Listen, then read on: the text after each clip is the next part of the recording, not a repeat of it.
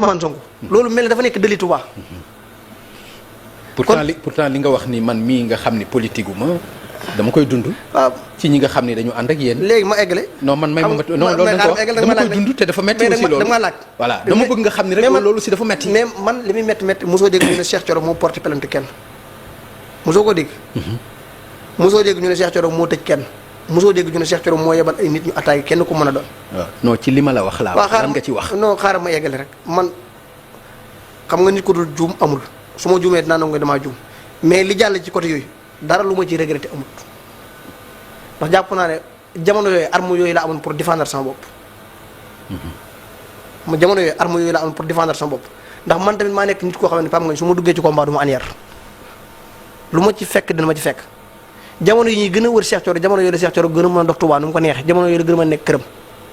li ma doon wax jamono yooyu laay ko di wax ku dem nag ba amu fi di attaqué Cheikh Thioro lu la ci fekk na nga jël mën ngaa jël bakkanam mais du yombe noonu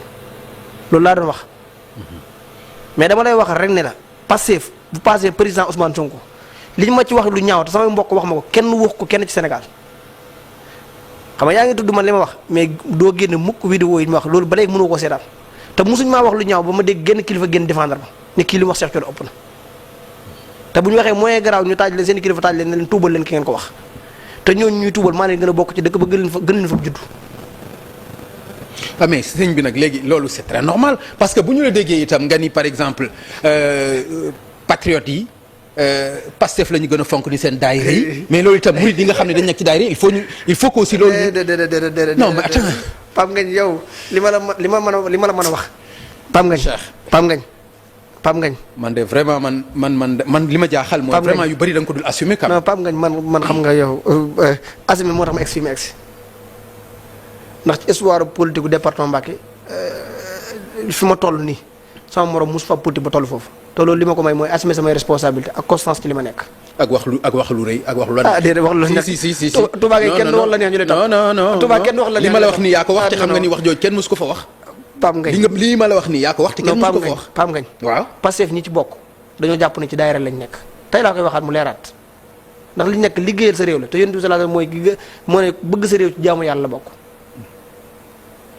Pastef ñun bokkuñ ci Pastef ngir nguuru bokkuñ ci Pastef ngir noosu dañoo jàpp ne nit ñi doon doxale réew mi ni ñu ko doon doxale di noonu ñu ñëw teg suñu bakkan ci réew mi pour réew mu baax loolu jamono yooyu buñ la woowee daayira mën ngaa bàyyi daayira bi continuer ci xeex réew mi ci contexte boobu daal tey laa gën a assumer samay responsable loolu ma waxoon tey laa ko gën a wax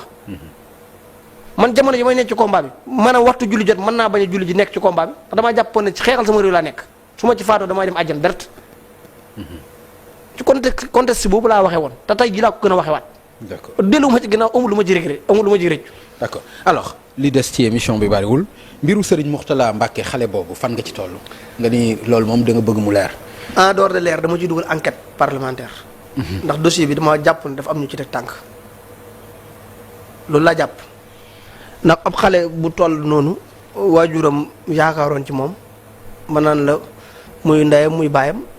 xëy na loolu yóbbu na leen ci àll boo xamante ni yow xamoo ko ndax am doom bu góor. nga bañ a xam. waaw bëgg ko. bañ a xam waaw xëy na ñi koy minimiser acte boobu laa xamuñu ko kon waxuma lu ñàkk normal. li ma non li nga ci dugal rek moo tax. lu ma ci dugal c'est-à-dire non c'est-à-dire lan nga ci bëgg a wax ak lan nga ci bëgg mu leer. non est-ce que yow yaa am la ci bëgg a wax. non déglu ma rek xam nga ni bu doon loolu la rek kenn du ci wax. déedéet ñun ci réew ñun Pape Ngagne ci réew mu normal lañ nekk réew mu am yoon. nit ñàkk doom ci circonstance yi mu ko ñàkk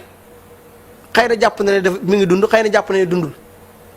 gis nañ ne enquête bi dañ koo téye demul fenn man en tant que ab député waajur yi ñooy ñëw ba sama kër wax ci ak man woo ma téléphone man leen bu ñu toogee dinaa relancer waat dossier bi ci justice ñu xool fan lañ ci toll loolu kay am naa ci droit ok c'est simple que ça loolu benn problème amu ci loolu Pape Ngagne mënu ma ko politique ndax su ma ko doon politique du ma ko wax ci waxtu woowu ndax Touba amuñu fa woon enjeu boo xamante dinañu dépassé ba tax ñu wax kàddu yu dépassé wu élection yi ni ma leeroon dama koy gagné noonu mooy ni ma leeroon ne Pape Ngagne laa toogal mu sant Ndiaye mosu mooy ci am benn problème. nii da nga koy gagné. ah bi ñuy fal suñu comité électoral dama ne bu ñu perte benn bureau de vote Touba ma démissionné ci politique benn bureau de vote loolu moo gën a dee pour ne nga tegaat vidéo yi benn bureau de vote Touba bu ma ko perte bàyyi politique laa waxoon. ci saahir nga ko tegoon wala ci baatin. non ci saahir. tegu ma ko ci benn baatin man aw ma baatin. non loolu lu ñëwagul boo ciy wax di ci bàq. am na foo ko teg. fi ma ko teg mooy xam naa ne askanu département Mbacké mooy ñun lañ jox bopp ñun lañ àndal gëm nañ suñu politique ñun bi ñu amagul doole musuma rek la musuma taxaw ne dañuy gagné mais bi ñu massifié parti bi ba am fa doole ba xam ne discours bi ñu def jàll na ci population bi xam naa ne mënuñoo jàmmaarloo kenn fi ba feeg ñuy def loo xam ne nag franc grand la waatu waate nañ ci ba di ñu bàyyi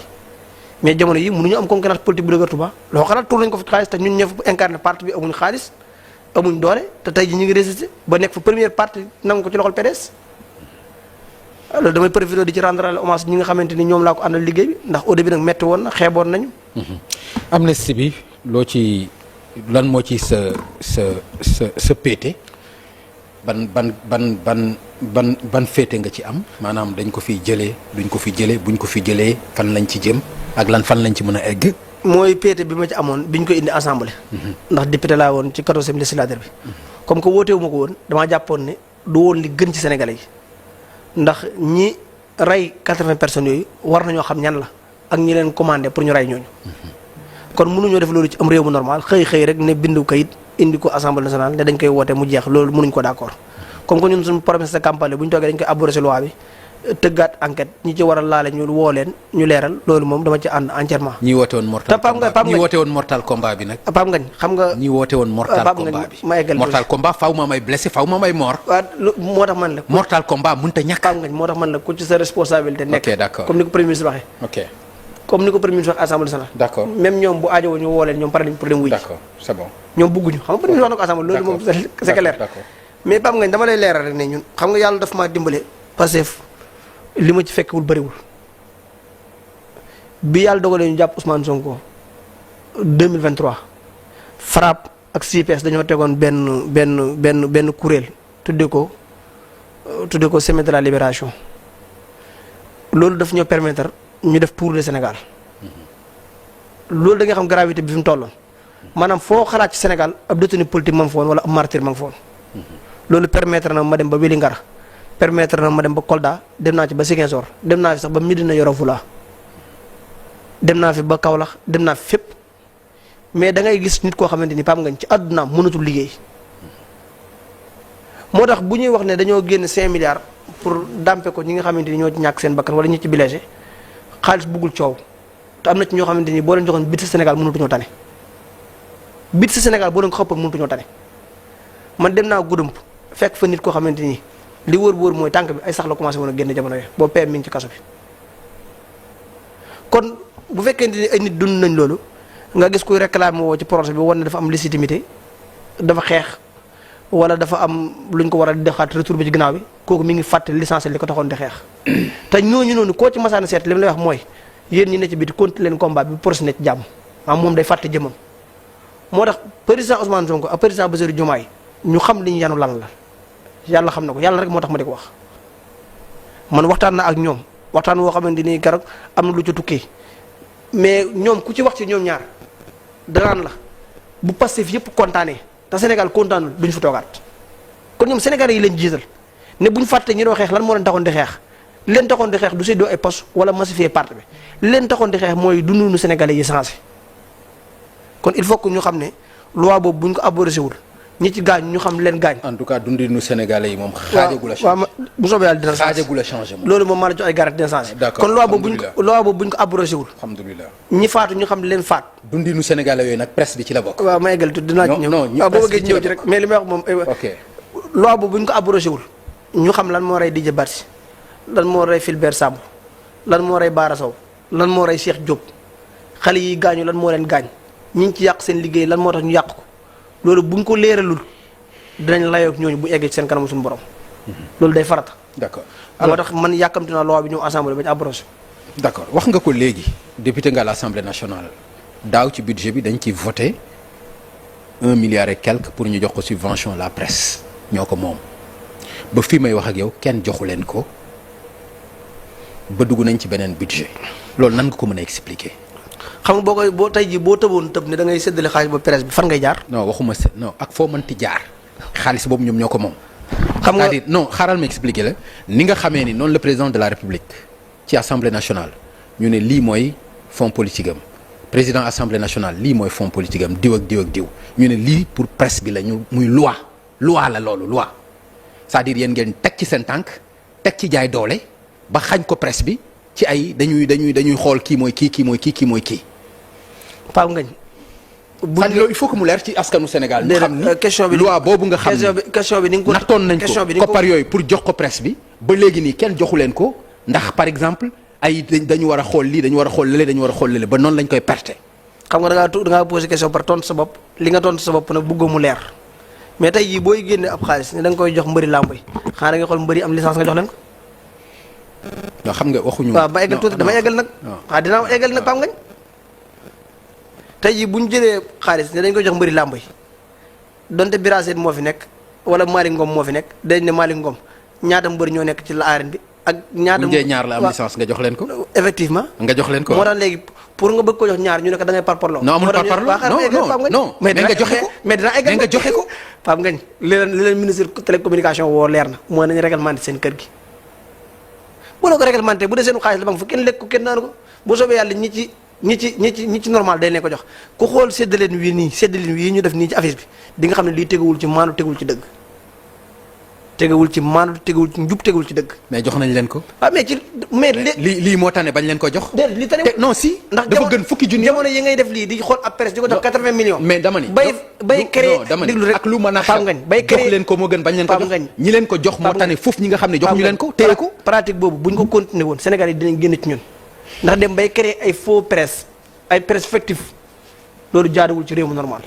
kon ministre télécommunication li ko Sénégal yi sant ci jubal jubbante mu marché foofu télécommunication te ci loolu la nekk dañ ko ci félicité di ko ci encouragé mu continuer liggéey boobu bu ñu ko réglementé comme ni nga amee fii ni mu nekk TFM ñëpp xam ne kër gu réglementé wu la ñu xam ñaata la war a am Walfadjri ñaata la war a am Seneweb ñaata la war a am Sénégal 7 ñaata la war a am ñu teg ko ci yoon mais ay Al Jazeera lan la wut Sénégal ay télé dunia télé yoo xamante ni amul ci Sénégal groupe de presse yoo xamante ni amul mosoo koo gis journal yoo xam ne mosoo koo gis ñu doon jox ay 30 millions 40 millions loolu ci réew mu normal mënul nekk kon loolu bu ko Aliou Sall defut Sénégal yi ñoo njëkk a fekk ko fa yat ne ko lii def ko kon dañ ko ci encouragé dina ci continuer bu demee ba leer nag ñu xam ñaata organe de presse ñoo fi nekk ak ñan ñoo ci def seen liggéey correctement ñu jox leen subvention yooyu. jërëjëf Mbacke maa ngi lay gërëm di la sant ci wuy si bi wax fa dëgg yàlla am naa mbégte ci émission bi lool am naa ci mbégte bu yaatu ma bàyyi la nga tàggoo ak mbokk yi nga xam ne ñooñu doon déglu. jërëjëf Pape Ngagne maa ëpp mbégte ci jàkkaarloo ak yow ndax li ma ko waxee rek xam naa sa pas-pas ci yoon wi yàlla it boole nañu kóllëre gi mu jaar ci soxna Marème Ndiaye ñu ngi koy nuyu. dëgg la di la sant ci invitation bi di la gërëm ci émission bi ni mu déroulé woo di baalu àq nag Sénégal yëpp bu dee wax nañ fi kàddu yoo xamante ni déplacé wu na ñu ngi koy tuub tey jégal te xam loolu du woon suñu intention di ñaanal laat nag Cheikh Mamadou Mountakha ndax ci ronam lañ nekk te ni ma ko waxee ci émission bi ñaanuñu yàlla am lu bees Sëñ Tuubaa lépp luñ mën a am ci àdduna Sëñ Tuubaa moo ñu ko gënal. ni ma ko waxee bi ma ànd ak premier ministre ñëw Touba boo ma tere woon politique bu premier ministre di ñibbi du ma ko gunge te loolu sama pas-pas la noonu laa ko gëmee. di ñaanal son excellence président Bassirou Diomaye ak premier ministre Ousmane Sonko déggoo gi ñu am ak fii ñu bëgg a yóbbu Sénégal yàlla may leen kàttan ba ñu yóbbu ko fa. di nuyu nag askanu département Mbacké yépp rawatina waa Pastef Touba ndax ni ma ko waxee ci biir émission bi mbir yu yombul woon ndax 2016 2017 2018 ba 2019 ba 2024 ba 2025 bii ñu nekk nii. lu ne traversé nañu kon bu ñu nekk équipe boo xam équipe bu tuuti la woon ñuy jóg ko daanu ba yàlla may ñu score yi ñu may loolu xëy na Cheikh Thioro moo nekk ci bopp bi mais équipe bu dynamique la ci àndal ànd ci ak ay Cheikh Serigne Touba ànd ci ak ay sët Serigne Touba ànd ci ak ay talibé yoo xam ne seen pas-pas Serigne Touba kenn awul lu mu ciy sikki sàkk kon ñooñu ñu ngi leen rendre hommage di leen sant di leen gërëm di wax ne waa Touba bu ñu yàkkamti président Bassirou Diomaye ak premier ministre Ousmane Sonko am nañ ay yéene ci Sénégal noonu lañu amee ay yéene ci Touba am nañ fa ay projets yu mag a mag a mag a mag a mag ndaw ña fa nekk amuñ liggéey am nañ yéen def ay zone industrie yoo xam ne dina créer emploi yu bëree bëri kon ñu ngi leen wax rek ñu ànd ak patience te gën a gunge projet bi di wax askanu Sénégal tamit nañ gunge ñaari leaders yi nii ndax réew moo gis mu développé aw askan ñoo gunge chef d'état ya fa nekk mën nga koo jël ci Turquie mën nga ko jël ci Rwanda mën nga ko jël ci réew yi développé yépp di ci rafetlu it fan yi président de la république ak premier ministre décision yi nga xam ne jël nañu ko ci arme français yi ne dañ ne base militaire yi ne dañ leen fiy jëlee ku ci nekk gis na démb Macron bi mu defee discours am premier ministre tontu ko da ngay gis ne askanu Sénégal nag seen réew ñor na leen. ndax gisoo ci kenn ku génn ñaawlu li premier ministre wax contrairement ñëpp dañ ko dañ ko rafetlu kon xam nañ affaire souveraineté la kon loolu ñu ngi koy rafetlu di ko wax ne ko na fi mu teg tànkam foofu la di ñaan yàlla moom président Bassirou Diomaye seen diggante dara bañ ci amu yoon ba fi ñu yéene yóbbu Sénégal ñu yóbbu ko fa ba li xewoon ci Dia ak Senghor ñu ne dañoo séparé wu ngir ay position politique ñaan yàlla boo am ci seen diggante ñoom ñaar te nii ñu tàmbali nii dal na xel bu baax a baax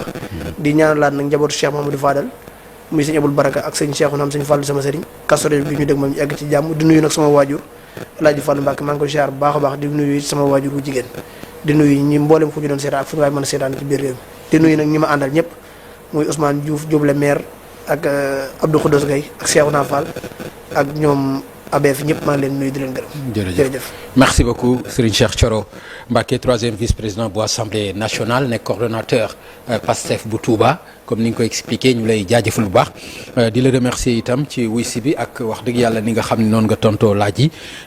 loolu itam ñu ngi koy rafetlu bu baax a baax ndax lu ci ne teg nga ko ci dëgg waaye teg nga ko itam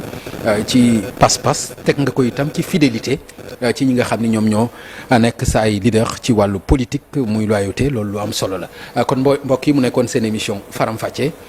télévision Futurs Médias di leen ko indil àllarba bu jot ci waxtu bi en direct tey gan gi Cheikh Thioro Mbacké la woon nekk député ci assemblée nationale bokk ci parti bi di PASTEF ñu leen di jox daje incha allah ci beneen numéro bu ci àllande mbokk yi jërë ngeen jëf. bi ñu commencé politique ba léegi. loraange sur loraange. suñu waxee ngeen ne respect de l'institution judiciaire. gatsa gatsa rek léegi. gatsa gatsa man Ousmane Sonko